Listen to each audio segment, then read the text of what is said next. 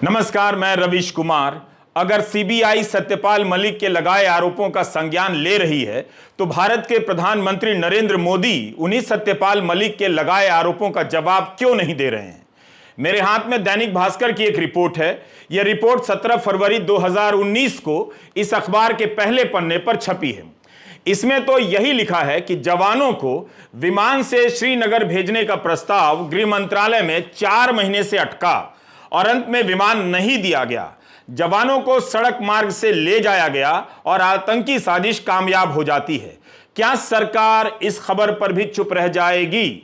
हम आज के वीडियो में उस समय उठे इन सवालों पर बात करेंगे जो उठने से पहले ही दबा दिए गए थे, और इस पर भी बात करेंगे कि पुलवामा पर शरद पवार के बयान को गोदी मीडिया ने कैसे गायब कर दिया। इसलिए फरवरी 2019 में दैनिक भास्कर और द क्विंट में छपी खबर की बात बहुत जरूरी है। इन दोनों में छपी खबरें तमाम प्रोपेगेंडा को ध्वस्त कर देती हैं कि सत्यपाल मलिक ने किसी राजनीतिक मकसद से आरोप लगाया होगा। सीबीआई ने सत्यपाल मलिक को बुला लिया है, लेकिन वहां तो सवाल भ्रष्टाचार के आरोपों को लेकर होगा। मगर सत्यपाल मलिक ने जवानों को 5 विमान नहीं देने और उल्टा उन्हें ही चुप रहने का जो आरोप लगाया है, उस पर प्रधानमंत्री मोदी कब बोलेंगे? प्रधानमंत्री तो सीबीआई की बहुत तारीफ कर रहे थे। क्या यह ठीक लगेगा कि उनकी सरकार की एक संस्था, संवैधानिक संस्था, सत्यपाल मलिक को बुलाकर पूछे और संवैधानिक पद पर बैठे सरकार के प्रमुख उसी व्यक्ति के दूसरे आरोपों का संज्ञान तक ना लें और जवाब भी ना दें?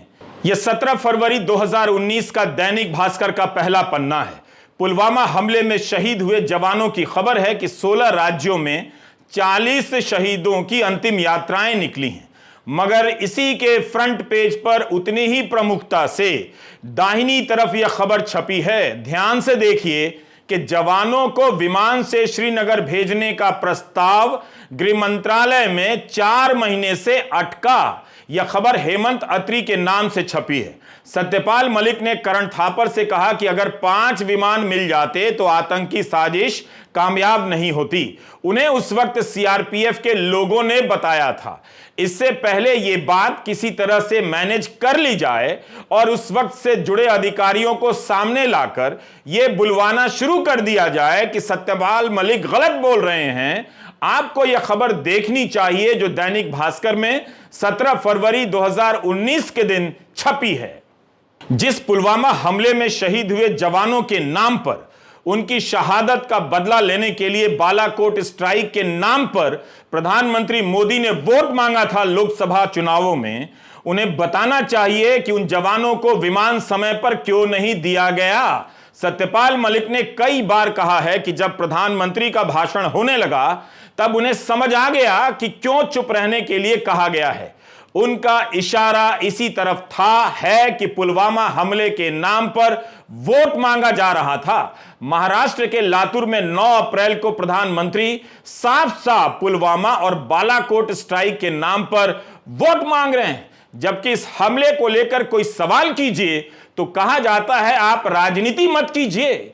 मगर खुद प्रधानमंत्री पुलवामा और बालाकोट स्ट्राइक के नाम पर वोट मांग रहे थे।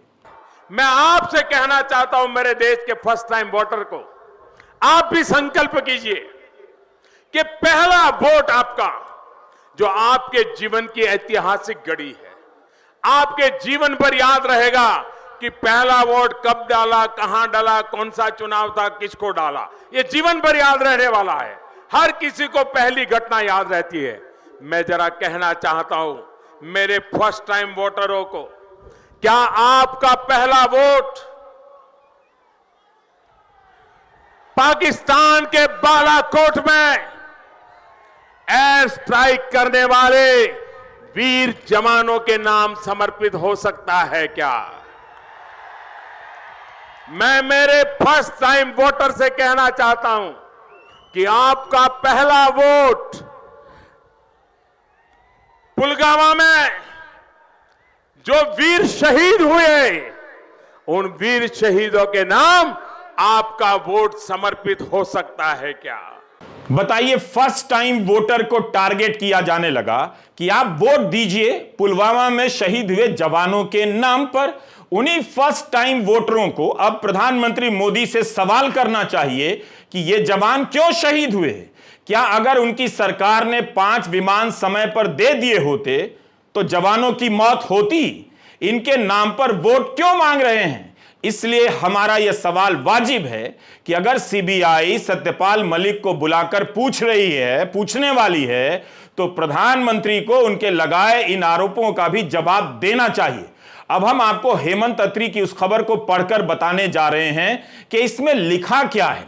इस खबर की एक एक पंक्ति को ध्यान से सुनिएगा। हेडिंग है, जवानों का विमान से श्रीनगर भेजने का प्रस्ताव 4 माह से गृह मंत्रालय में अटका। हेमंत अत्री लिखते हैं कि बर्फबारी के कारण जम्मू में फंसे सीआरपीएफ के जवानों को हवाई मार्ग से श्रीनगर पहुंचाने की मंजूरी मांगी गई थी। गृह मंत्रालय से कोई जवाब न आने पर सीआरपीएफ का काफिला 14 फरवरी को श्रीनगर के लिए रवाना हो गया था। कश्मीर में तैनात अर्धसैनिक बलों के आने जाने के लिए 1 जनवरी 2018 को दिल्ली श्रीनगर हवाई सेवा शुरू की गई थी, लेकिन 31 जुलाई 2018 को इसे बंद कर दिया गया। हैरानी की बात यह है कि 1 जनवरी से हवाई सुविधा शुरू करने के आदेश की चिट्ठी 11 अप्रैल को जारी कर दी गई थी। सूत्रों के मुताबिक अर्धसैनिक बलों के जवानों के लिए दोबारा हवाई सेवा शुरू करने का प्रस्ताव 4 महीने से गृह मंत्रालय में लंबित है। इसे वित्तीय कारणों से मंजूरी नहीं मिली है। हालांकि जम्मू से श्रीनगर जाते समय रोड ओपनिंग और सुरक्षा प्रबंधों का खर्चा भी कम नहीं है। यह सब मैं हेमंत अत्री की रिपोर्ट से लाइन बाय लाइन शब्दशः पढ़कर बता रहा हूं। आगे लिखते हैं कि 4 फरवरी से बर्फबारी के कारण जम्मू में फंसे सीआरपीएफ के जवानों को भी हवाई मार्ग से श्रीनगर पहुंचाने की मंजूरी मांगी गई थी। सीआरपीएफ के अधिकारियों ने इसका प्रस्ताव बनाकर मुख्यालय भेजा। मुख्यालय ने यह प्रस्ताव गृह मंत्रालय को भेज दिया, लेकिन कोई जवाब न आने पर सीआरपीएफ का काफिला 14 फरवरी को सुबह 3:30 बजे जम्मू से श्रीनगर के लिए रवाना हो गया। दोपहर बाद 3:15 बजे आतंकी हमला हो गया। हर बात की जांच होनी चाहिए। 4 महीने से गृह मंत्रालय के पास प्रस्ताव क्यों अटका था? खबर में बताया गया है कि वित्तीय कारणों से 4 महीने से फाइल अटकी रही, मंजूरी नहीं मिली। क्या भारत के पास उस वक्त इतना भी पैसा नहीं था? इन वित्तीय कारणों की भी पड़ताल जरूरी है कि क्या वाकई इसका खर्चा इतना ज्यादा था और सरकार के पास इतने पैसे नहीं थे। हेमंत अत्री ने अपनी खबर में यह भी लिखा है कि हालांकि जम्मू से श्रीनगर जाते समय रोड ओपनिंग और सुरक्षा प्रबंधों का खर्च भी कम नहीं है, तो यह हिसाब बहुत जरूरी है कि देश के सामने लाया जाए। अगर वित्तीय कारणों से विमान नहीं दिए गए तो सड़क मार्ग से ले जाने में कितना खर्च हुआ? हमने इस खबर को लिखने वाले हेमंत अत्री से भी बात की, उनका भी बयान मंगाया है। देखिए रवीश जी, जहां तक हवाई सेवाओं का मामला है, इसमें एक बात बड़ी स्पष्ट है कि ये कोई नई चीज नहीं थी, ये लगातार चलती आ रही थी और इसको हर 6 महीने में सैंक्शन मिलती है गृह मंत्रालय से और उसके बाद वो सर्विसेज कंटिन्यू रहती है। ये बहुत लंबे समय से प्रैक्टिस चल रही है। इस पर्टिकुलर केस में क्या हुआ, 1 जनवरी 2018 से 30 जून तक की सैंक्शन दी गई थी हवाई सेवा चलाने के लिए, सैनिकों के लिए, स्पेशली सीआरपीएफ के लिए। हुआ क्या कि इसकी सैंक्शन भी 11 अप्रैल 2018 को आया और 31 जुलाई तक की ये सैंक्शन थी। उसके बाद वो सैंक्शन खत्म हो गई। अब उसके बाद की जो स्थिति है वो बड़ी एक तरीके से कहिए, जो ब्यूरोक्रेसी है जो गृह मंत्रालय के अंदर बैठी है या डिफेंस मिनिस्ट्री के अंदर बैठी है, उसकी मानसिकता पे तरस आएगा आपको जब ये कहानी सुनेंगे आप। हुआ क्या कि इन्होंने अक्टूबर नवंबर में दोबारा से लगातार कम्युनिकेशन हो रहा था गृह मंत्रालय से कि आप हमें ये सैंक्शन बढ़ाइए, क्योंकि हर 6 महीने में रूटीन में होती है, सैंक्शन एक्सटेंड हो जाती है, 6-6 महीने की ये होती है। अब फरवरी में 4 फरवरी को फिर चिट्ठी लिखी जाती है, क्योंकि जो जम्मू का ट्रांजिट कैंप था वहां सीआरपीएफ के 2,500 से ऊपर जवान इकट्ठे हो गए थे। लगातार बर्फबारी हो रही थी और कॉन्वॉय मूव नहीं कर पा रहे थे टुवर्ड श्रीनगर। हेडक्वार्टर ने वो जो उनका प्रपोजल था वो गृह मंत्रालय को भेज दिया और उसके ऊपर कोई जवाब नहीं आया किसी भी तरीके का। उसके बाद मजबूर होकर के 14 फरवरी को ये जो कॉन्वॉय था वो सुबह 3:30 बजे जम्मू से चलता है श्रीनगर के लिए और 3:15 बजे लिथोपुरा ये जगह है, लिथोपुरा के अंदर वो विस्फोट होता है और वो आत्मघाती हमले में जिसमें ये जवान हमारे 40 जवान शहीद हो जाते हैं। इसमें रवीश जी सवाल बहुत गहरे हैं और गंभीर हैं। पहला तो यह है कि हर 6 महीने में रूटीन में सैंक्शन जो मिलनी चाहिए एक्सटेंशन की, वो इस केस में क्यों नहीं मिली, पहली बात। हेमंत अत्री भास्कर में छपी अपनी खबर के बारे में बता रहे थे कि किस तरह जो काम रूटीन में होना था वो काम बार बार पत्र लिखने के बाद भी नहीं हुआ।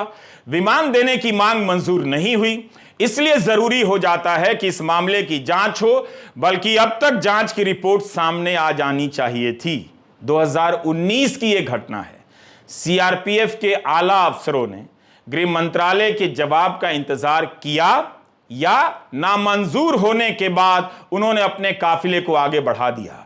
क्या यह सूचना गृह मंत्रालय को दी कि आपकी तरफ से जवाब नहीं आया है, इसलिए हम काफिला लेकर सड़क मार्ग से जा रहे हैं? 21 फरवरी 2019 की यह रिपोर्ट पूनम अग्रवाल की है। ठीक से देख लीजिए, पुलवामा हमले के बाद द क्विंट में छपी है। हेमंत अत्री की रिपोर्ट भी सूत्रों के हवाले से लिखी गई है और पूनम अग्रवाल ने भी सूत्रों के हवाले से लिखा है। पूनम लिखती हैं कि पता चला है कि सीआरपीएफ ने वाकई गृह मंत्रालय से जवानों को ले जाने के लिए विमान मांगा था, लेकिन उनकी मांग को नजरअंदाज कर दिया गया।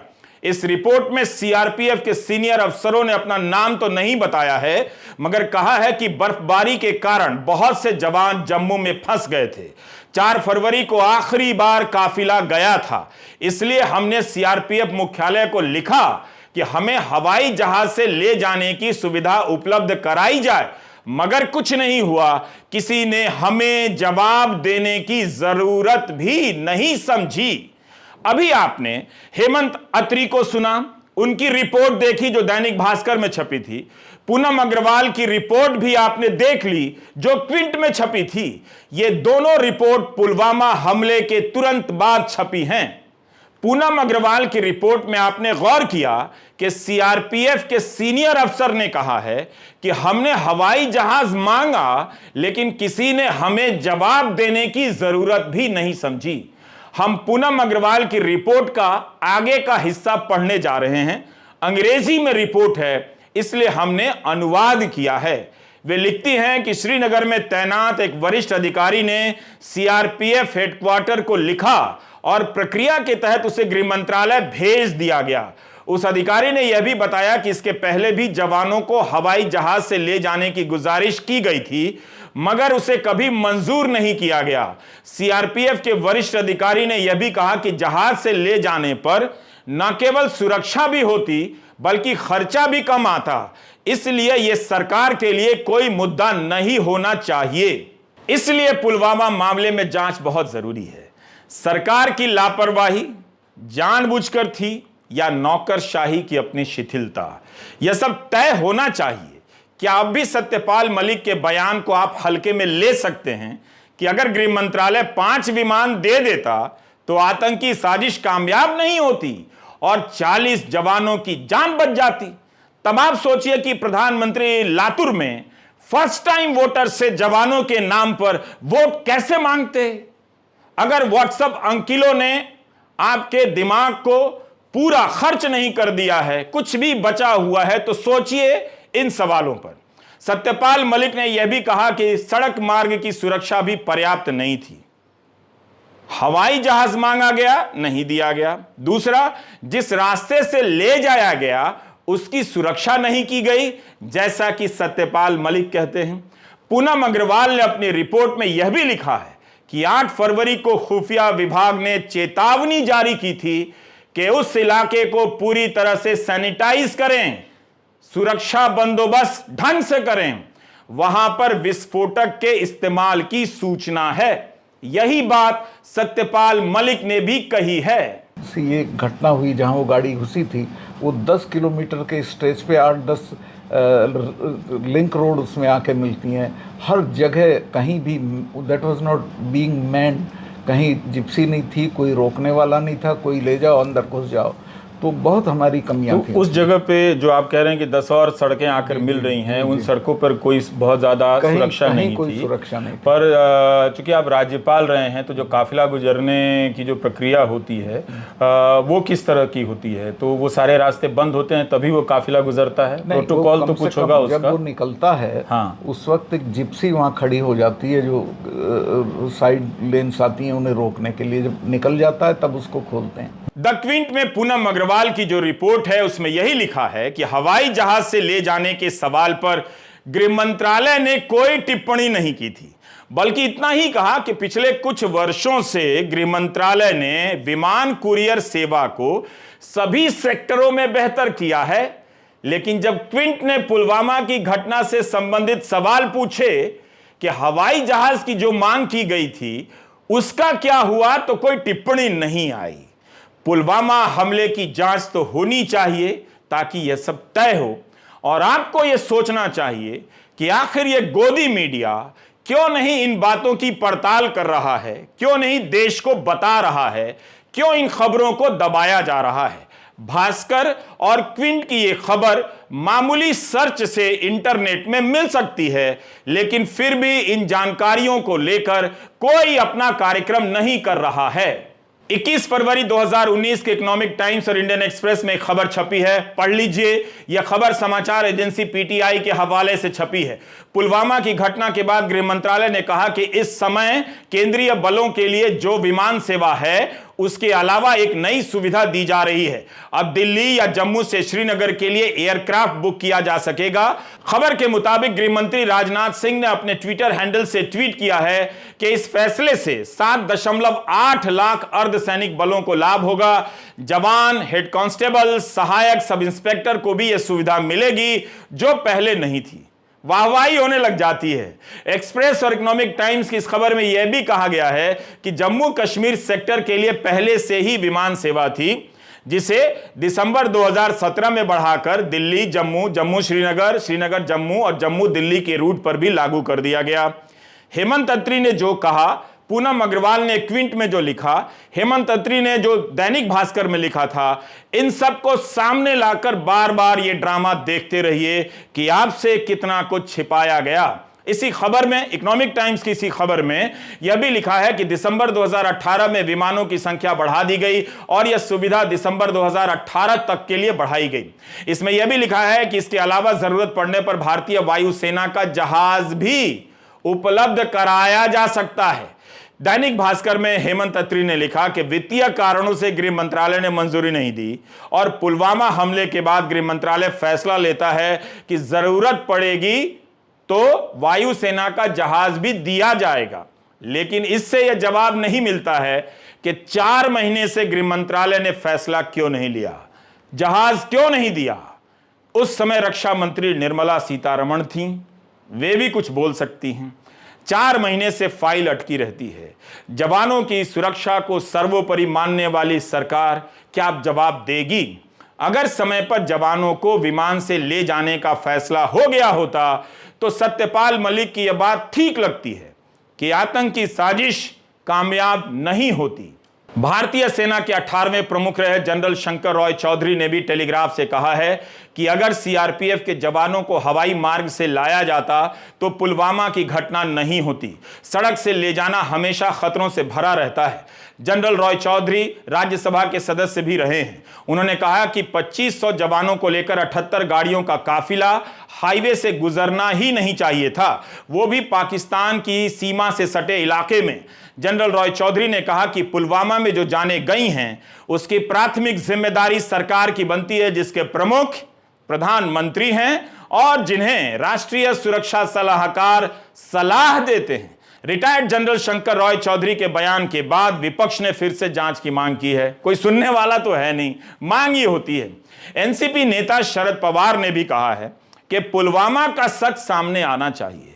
शरद पवार ने कहा कि पूर्व राज्यपाल ने पुलवामा पर इतना कुछ कहा है लेकिन कोई जांच नहीं हुई। सत्यपाल मलिक ने भी कहा कि उस घटना की जांच नहीं हुई, अगर हुई होती तो उनसे पूछताछ होती, मगर उनसे पूछताछ नहीं हुई। यह सवाल इतना हल्का नहीं है कि सीआरपीएफ को जहाज क्यों नहीं दिया गया। क्या इस देश में जहाज कम है? शरद पवार ने तो यहां तक कहा है कि अगर जवानों की रक्षा नहीं कर सकते हैं तो सत्ता में बने रहने का कोई अधिकार नहीं। शरद पवार का भाषण मराठी में है, क्योंकि यह बयान कई जगहों पर छापा ही नहीं गया है। कुछ अखबारों में हमें पुणे में उनके कार्यक्रम की रिपोर्टिंग मिली और गुजरात दंगों के आरोपियों के बरी होने पर पवार की सख्त टिप्पणियां भी, मगर पुलवामा पर शरद पवार के बयान गायब ही दिखे। पण त्या खऱ्या अर्थानं त्याची वस्तुस्थिती हे देशासमोर मांडली नाही। मध्यंतरी तुम्ही वाचलं असेल, निवडणुकीच्या आधी पुलवामा नावाचा एक भाग आहे काश्मीरमध्ये, आणि त्या ठिकाणी 40 जवानांची हत्या झाली। कशामुळे ती हत्या झाली? तुम्ही काल कदाचित वर्तमानपत्रामध्ये वाचलं असेल, सतपाल मलिक नावाचे ग्रस्त हे गव्हर्नर होते। गव्हर्नर कुठले? काश्मीरचे। आणि काश्मीरमध्ये हे 40 जवान मृत्यूमुखी पडले। त्या सतपाल मलिक राज्यपालांची नेमणूक ही भाजपने केलेली होती। त्यांच्या विचाराचे ग्रस्त होते, त्यांची मुदत संपली आणि त्यांनी आता सांगितलं की आता मी खरी गोष्ट सांगतो की 40 लोक जवान मृत्यूमुखी पडले आणि हे काम त्यांना हवं ते साधनं विमानं वेळीच पुरवली गेली नाही, त्यामुळं त्यांना मृत्यूला सामोरं जावं लागलं। आणि त्यासाठी त्यांनी देशाच्या अत्यंत महत्त्वाच्या पदावर असलेल्या व्यक्तीच्या कानावर हे घातलं, त्यांना उत्तर मिळालं, झालं हे झालं, आता कुठं बोलू नका। त्यांनी खरी गोष्ट आता सांगितली। या देशाच्या जवानांचं रक्षण करण्याच्यासाठी ज्या राज्य आणि केंद्र सरकारवर जबाबदारी आहे ती सुद्धा फार फाडायची नाही, ही भूमिका जे सरकार घेत असेल त्यांना सत्तेवर राहायचा अधिकार नाही, ही भूमिका आपल्याला उद्या घ्यावी लागेल आणि त्यासाठी ही निवडणूक अत्यंत महत्त्वाची होणार आहे। शरद पवार जब अदानी के बारे में बोलते हैं कि जेपीसी की जरूरत नहीं, तब सरकार और गोदी मीडिया कितनी गंभीरता से उनके बयान को लेता है। लेकिन जब कहते हैं कि जो जवानों की रक्षा नहीं कर सकती उस सरकार को सत्ता में बने रहने का अधिकार नहीं, तो ये खबर गायब सी कर दी जाती है। आप भी खोज कर देखिए ना इंटरनेट में कि शरद पवार का यह बयान कहां कहां छपा है, कहां कहां नहीं छपा है। तब आपको पता चल जाएगा कि क्यों चुप्पी साध ली गई है और आपके साथ क्या हो रहा है। लेकिन जब वही पवार अदानी के चैनल से इंटरव्यू में कहते हैं कि जेपीसी जांच की जरूरत नहीं है, तब बीजेपी के आईटी सेल के प्रमुख अमित मालवीय ट्वीट करते हैं और कहते हैं कि शरद पवार ने कांग्रेस को बस के नीचे फेंक दिया, यानी अपने फायदे के लिए एक तरह से धोखा दे दिया। मगर जब शरद पवार कहते हैं कि पुलवामा की जांच होनी चाहिए, तब अमित मालवीय का इस पर कोई ट्वीट ही नहीं मिला। क्यों नहीं आया ट्वीट? शरद पवार रक्षा मंत्री भी रहे हैं, उनके जैसे वरिष्ठ नेता का बयान गायब कर दिया जा रहा है। सत्यपाल मलिक सीनियर पॉलिटिशियन रहे हैं, राज्यपाल थे जम्मू कश्मीर में जब यह घटना हुई। उनका इंटरव्यू होता है, बयान देते हैं तो अगले दिन अखबारों में गायब हो जाता है। विपक्ष जब हल्ला करता है तब जाकर दूसरे दिन कहीं कहीं कुछ कुछ छपता है। पवार का यह भी मानना है कि अगर जवानों को विमान से ले जाया गया होता तो आतंकी कामयाब नहीं होते और जवानों की जान बच सकती थी। यही तो सत्यपाल मलिक कह रहे हैं। यही बात दैनिक भास्कर की रिपोर्ट में छपी है फरवरी 2019 की। यही बात द क्विंट की रिपोर्ट में छपी है फरवरी 2019 की। मगर प्रधानमंत्री नरेंद्र मोदी ने चुप्पी ओढ़ ली। ऐसा भी नहीं है कि इस महत्वपूर्ण मुद्दे पर बोलने के लिए प्रधानमंत्री के पास टाइम नहीं है। उनके पास निजी तौर पर कर्नाटका बीजेपी के एक ऐसे नेता से बात करने का बहुत समय है जिन्हें भ्रष्टाचार के आरोपों के कारण बीजेपी सरकार से इस्तीफा देना पड़ा था, जिन पर ठेकेदार संतोष पाटिल से 40% कमीशन मांगने का आरोप था। उन पर आरोप लगाते हुए संतोष पाटिल ने आत्महत्या कर ली थी। बाद में राज्य की पुलिस इस मामले की जांच करती है और क्लीन चिट दे देती है। चुनाव से पहले ईश्वरप्पा ने राजनीति से रिटायर होने का ऐलान भी कर दिया। कांग्रेस ने आरोप लगाया कि जिस व्यक्ति को भ्रष्टाचार के आरोप में इस्तीफा देना पड़ा, जिस पर घूस मांगने के आरोप हैं, उसे फोन कर प्रधानमंत्री तारीफ कर रहे हैं। जो वीडियो वायरल हुआ है उसमें प्रधानमंत्री कह रहे हैं, आपने पार्टी के प्रति प्रतिबद्धता दिखाई है, इसलिए आपसे बात करने का निर्णय लिया। पहले ही ग्राउंड तैयार कर दिया जा रहा है कि इनसे पार्टी के प्रति निष्ठा रखने के लिए बात हो रही है। सब कुछ कितना सोच समझकर बोला जाता है कि इसका आरोप ना लग जाए कि प्रधानमंत्री ऐसे व्यक्ति से बात कर रहे हैं जिसे भ्रष्टाचार के आरोपों के कारण इस्तीफा देना पड़ा था। अगर इसी तरह का आरोप कांग्रेस या विरोधी दल के किसी नेता पर लगा होता तो ईडी सीबीआई उनके घर कब तक पहुंच चुकी होती। लेकिन क्या ईश्वरप्पा के घर पहुंची? कहीं ऐसा तो नहीं कि इसी गारंटी के कारण वे पार्टी के प्रति निष्ठावान बने हुए हैं। अगर पार्टी के प्रति निष्ठावान होने के कारण प्रधानमंत्री ईश्वरप्पा को फोन कर सकते हैं तो सच बोलने का साहस करने वाले पूर्व राज्यपाल सत्यपाल मलिक को भी फोन कर सकते थे। उनके इस बयान के बाद जनता को बता सकते थे कि पुलवामा हमला क्यों उनके हिसाब से इंटेलिजेंस फेलियर नहीं था, क्यों समय पर गृह मंत्रालय ने जवानों को जम्मू से श्रीनगर ले जाने के लिए विमान नहीं दिया, इस पर प्रधानमंत्री क्यों चुप हैं। और अब खबर आई है कि सीबीआई ने पूछताछ के लिए सत्यपाल मलिक को बुला लिया है।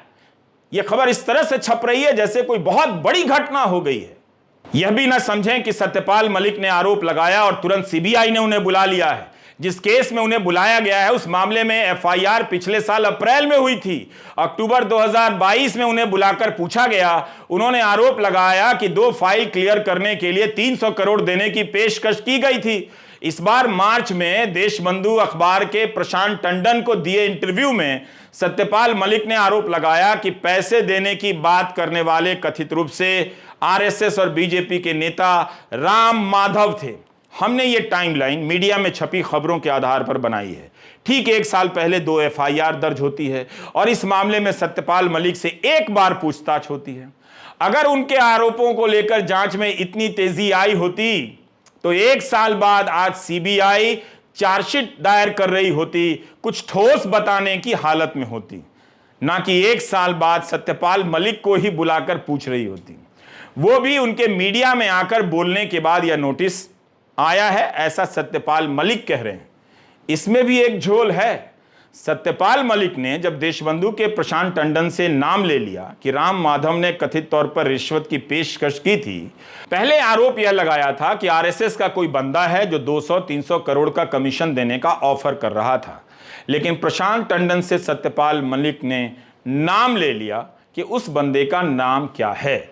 उन्होंने कहा कि बीमा कंपनी को मंजूरी देने पर रिश्वत की पेशकश की गई। आपको याद दिला दूं कि अक्टूबर 2021 की यह खबर है। उस समय झुंझुनू की एक सभा में उन्होंने कह दिया कि मेरे कश्मीर में जाने के बाद 2 फाइलें सामने आई। एक में अंबानी इन्वॉल्व थे, एक में संघ के बड़े पदाधिकारी, एक महबूबा सरकार के मंत्री थे जो खुद को प्रधानमंत्री के नजदीक बताते थे। मुझे दोनों विभागों के सेक्रेटरी ने बताया कि इसमें घपला है। मैंने दोनों डील कैंसिल कर दी। यह खबर छपी, हंगामा हुआ, मगर आगे की कार्रवाई का पता ही नहीं चला। ना गोदी मीडिया ने कभी पलटकर सरकार से पूछा। सत्यपाल मलिक जी ने भ्रष्टाचार के विषय में भी कुछ कहा कि प्रधानमंत्री को भ्रष्टाचार से कोई नफरत नहीं है। उन्होंने उदाहरण दिया गोवा के, जब वो राज्यपाल थे और उन्होंने प्रधानमंत्री के संज्ञान में गोवा के मुख्यमंत्री का जो भ्रष्टाचार है वो जब लाए तो कार्रवाई मुख्यमंत्री पर नहीं हुई। आज भी वो मुख्यमंत्री हैं, लेकिन सत्यपाल मलिक जी को आनन फानन में हटा दिया गया गोवा से। एक विशेष विमान भेजा गया उनको कि यहां से रवाना करो, यहां बैठो भी नहीं, रुको भी नहीं, एक दिन भी नहीं रुको। तो सत्यपाल मलिक जी ने अदानी जी वाले मुद्दे पर भी अपने विचार रखे कि प्रधानमंत्री को यह अदानी वाला जो मामला है वो बहुत भारी पड़ने वाला है। ये तमाम कारण बिल्कुल स्पष्ट तौर पे बताते हैं कि सीबीआई, ईडी और तमाम एजेंसीज अब सत्यपाल मलिक जी का पता उन्हें मिल गया हो, अब वो जा रहे हैं। आपको याद होगा यही बात बिना राम माधव का नाम लिए सत्यपाल मलिक जी ने 2021 में भी बोली थी। कहा था आरएसएस के एक व्यक्ति हैं जो प्रधानमंत्री के बहुत नजदीकी हैं, वो एक दो प्रोजेक्ट्स में बड़ी रुचि रख रहे हैं जिसमें 300 करोड़ की रिश्वत इन्हें सत्यपाल मलिक जी को भी मिल सकती है। उसके बाद भी सीबीआई ने सत्यपाल मलिक जी का स्टेटमेंट रिकॉर्ड किया था 2021 की अक्टूबर में। आज फिर से खबर तो यह आ रही है कि सत्यपाल मलिक जी का स्टेटमेंट सीबीआई रिकॉर्ड करने वाली है। जिस व्यक्ति का नाम लिया उसके बारे में कोई जानकारी? क्या राम माधव से कोई पूछताछ हुई सीबीआई की तरफ से? कोई और एजेंसी का नोटिस उन्हें गया? आज पूरे दिन और दोपहर तक दिल्ली में ये अटकलें चलती रहीं कि सत्यपाल मलिक को दिल्ली पुलिस ने गिरफ्तार किया है या मलिक साहब खुद ही चलकर थाने गए हैं। बाद में यह साफ हो गया कि वे खुद ही चलकर थाने गए हैं और थाने से लौट भी आए हैं। खबर यह थी कि दिल्ली में कुछ किसान नेता उनके निवास पर मिलने गए।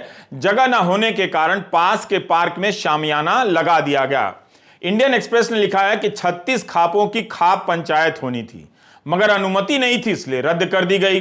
वे सभी जब मलिक के घर पहुंचे तो पुलिस ने डिटेन कर लिया। इसके बाद सत्यपाल मलिक थाने चले गए अपनी मर्जी से। पुलिस ने यह स्पष्ट किया कि वे स्वेच्छा से अपने समर्थकों के साथ आए हैं और उन्हें वापस जाने की आजादी है। बाद में ऐसा ही हुआ। सत्यपाल मलिक ने बोलने से पहले यह सब सोच लिया होगा कि क्या क्या हो सकता है। सवाल है, पुलवामा का सच क्या इस तरह से बाहर आएगा? तब तो कभी नहीं आएगा। कई बार दोषियों को बचाने के लिए भी जांच की जाती है और कई बार जांच नहीं भी की जाती है। गोदी मीडिया, सेना, जवान देश की रक्षा को लेकर हमलावर हो जाता है, मगर जब इसमें लापरवाही के सवाल सरकार से पूछे जाने होते हैं तो चुप हो जाता है। साफ है, गोदी मीडिया देश की नहीं, उस सरकार की तरफदारी करता है जिसके कारण उसका नाम गोदी मीडिया पड़ा है। वैसे आज ईद है, आप सभी को ईद की हार्दिक शुभकामनाएं। नमस्कार, मैं रविश कुमार।